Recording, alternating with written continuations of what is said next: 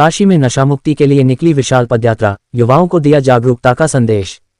वाराणसी धर्म और आस्था की नगरी में नशामुक्त समाज के संकल्प को लेकर आज एक विशाल पदयात्रा का आयोजन किया गया।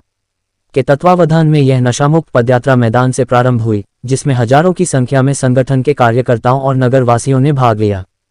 पदयात्रा का उद्देश्य समाज को नशामुक्त परिवार, अपराधमुक्त समाज और संस्कारवान राष्ट्र के निर्माण के लिए जागरूक करना रहा। इस दौरान प्रतिभागियों ने नशामुक्ति के समर्थन में नारे लगाए और प्रदेश को नशामुक्त घोषित करने की मांग की। कार्यक्रम में संगठन की केंद्रीय अध्यक्ष पूजा शुक्ला ने कहा कि भगवान की पवित्र भूमि है, जिसे नशामुक्त रखना आवश्यक है। ये हमारे पूरे देश में, यहाँ तक पूरे विश्व में हम लोग नशा मुक्ति अभियान, जो हमारा नशा विरोधी हमारे गुरु जी हैं, हम उनको दिए हुए अपराधों को चलने के लिए सभी को सहयोग करते हैं। बड़े बड़े लोग जो से जुड़े हुए हैं, नशे के भी हो, लेकिन गुरु जी की शरण आने को अपने आप उनका नशा, ये गुरु जी कृपा है, उनकी ऊर्जा है, उनका आत्मशक्ति है, और उन्होंने धीरे धीरे हमारे करोड़ों परिवारों को इस जोड़ के सभी को सुख में किया, लेकिन नशा मुक्त हुए और अपने परिवार के साथ खुशहाल जीवन। और यही हमारी गुरु जी की प्रेरणा है कि जैसे हम बनारस में रैली निकाली है, ऐसे हमारी कानपुर निकली थी और आने वाले समय में हर जिलों में निकलेगी, और हम धीरे धीरे पूरे प्रदेश को और आने वाले समय में, आने वाले भविष्य में हम पूरे देश को नशा मुक्त करने का प्रण लेते हैं। यह रैली कहाँ से कहाँ निकाली गई है?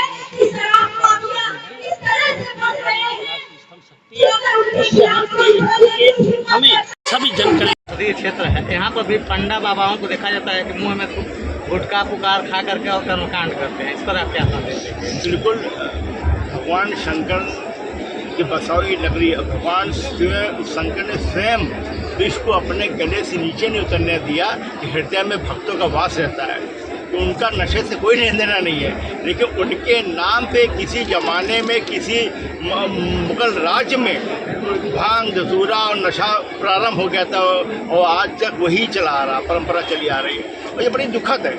कभी भी ईश्वर की शरण में गुटखा पान तो दूर, अगर कोई भोजन भी कर लेता, मीठा भी खा लेता, तो कुल्ला करके और मतलब कि शुद्ध होकर बैठना चाहिए।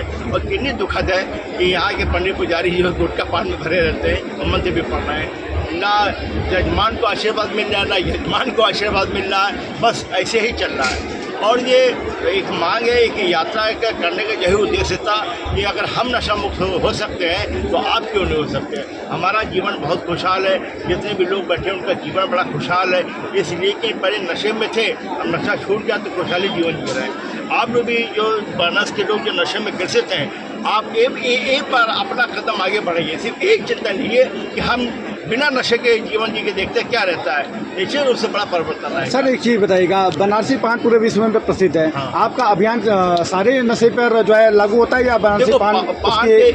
पान तो एक औषधि थी, बहुत पहले पान एक औषधि थी, लेकिन पान में बस इसके बाद थोड़ा सा आगे बढ़े, फिर 365 नंबर, 464 नंबर, 72 नंबर, वो सब चलने लगे, तो निश्चित रूप से वो ड्रग में आ गया।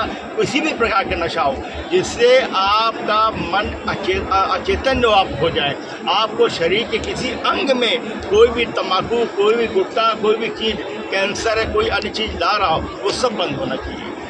बहुत बहुत धन्यवाद। बनारसी पान को अगर प्रसिद्ध है तो उसमें बहुत सी ऐसी चीज़ें डाल के भी दी जा सकती है जो हमारे लिए हितकारी हो, है ना। उसको गलत रूप में लिया जाएगा तो ऐसे ही होगा ना। और अभी तो देखिए, मीडिया वालों को पता है, अभी धुरंधर मूवी आई थी, उसमें दिखाया गया था कि हमारे देश के अंदर ही बैठे हुए हैं आतंकवादियों के गुर्गे, हमारे देश के अंदर में ड्रग्स सप्लाई कर रहे हैं, नशा सप्लाई कर रहे हैं, और हम उनका सपोर्ट कर रहे हैं एक तरह से, उनका विरोध ना करके। तो आज तो देश के अंदर सबसे बड़ी सर्जिकल स्ट्राइक देश के अंदर करने की आवश्यकता है। और आप लोगों के माध्यम से मैं किसी का बच्चा, किसी का पति, किसी का भाई अगर नशे से परेशान है, आपको कोई डॉक्टर, कोई मंदिर, कोई स्थान नहीं मिल रहा है, तो पंच ज्योति शक्ति सिद्धाश्रम धाम व्यवहारी तहसील जिला शहडोल मध्य प्रदेश में है, जहाँ पर आप 2 दिन रुकेंगे, आप पूर्णतः नशा मुक्त होकर घर वापस जाएंगे। वो वहाँ माता आदि शक्ति अखंड अनुष्ठान जो 30 वर्ष से लगातार चल रहा है, उसका प्रताप है, उसका आशीर्वाद है, गुड्डू जी का आशीर्वाद है, निश्चित रूप से आप नशा मुक्त हो जाएंगे। बहुत बहुत धन्यवाद। नशा मुक्ति पद यात्रा, जन जागरण पद यात्रा, उससे ही हमें ज्ञात होता है कि यह यात्रा समाज को नशा मुक्त और मांसाहार मुक्त करने के लिए ही रखी गई है।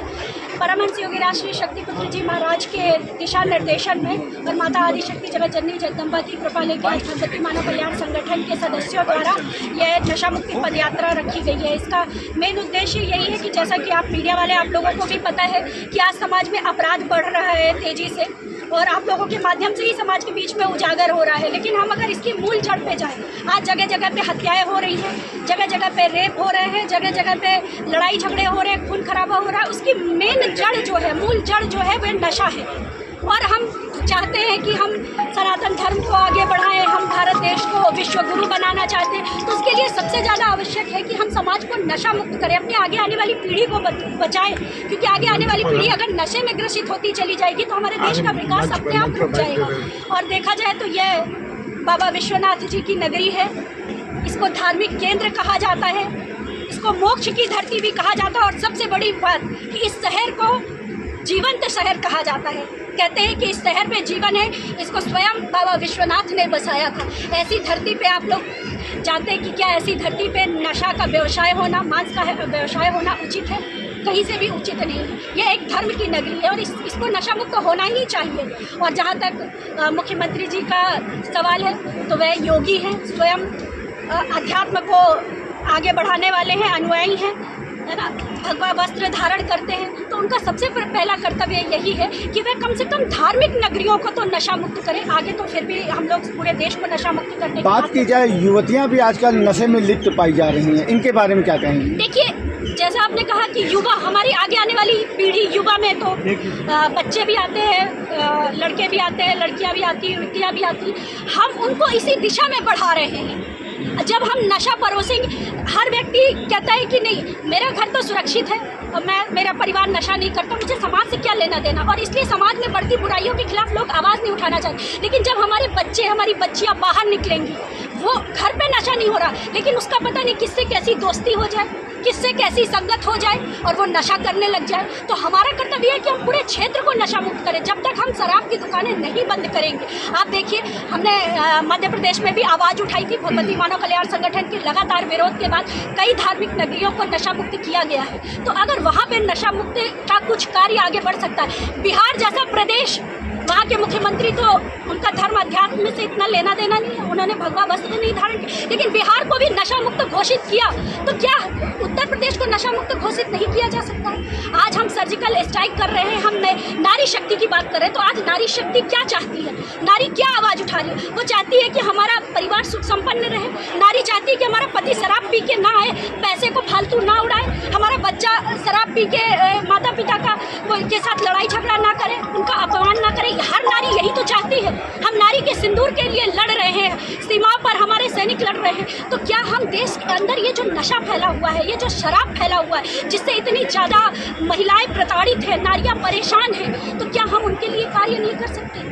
आज नशे से ज़्यादा, शराब से ज़्यादा और भी चीज़ों से कमाई की जा सकती है। हर आदमी टैक्स दे रहा है। कौन सा व्यक्ति है जो टोल में टैक्स देने से मना करता है? कौन सा व्यक्ति है जो जीएसटी देने से मना कर रहा है? आज हम हर जगह पे दे रहे हैं।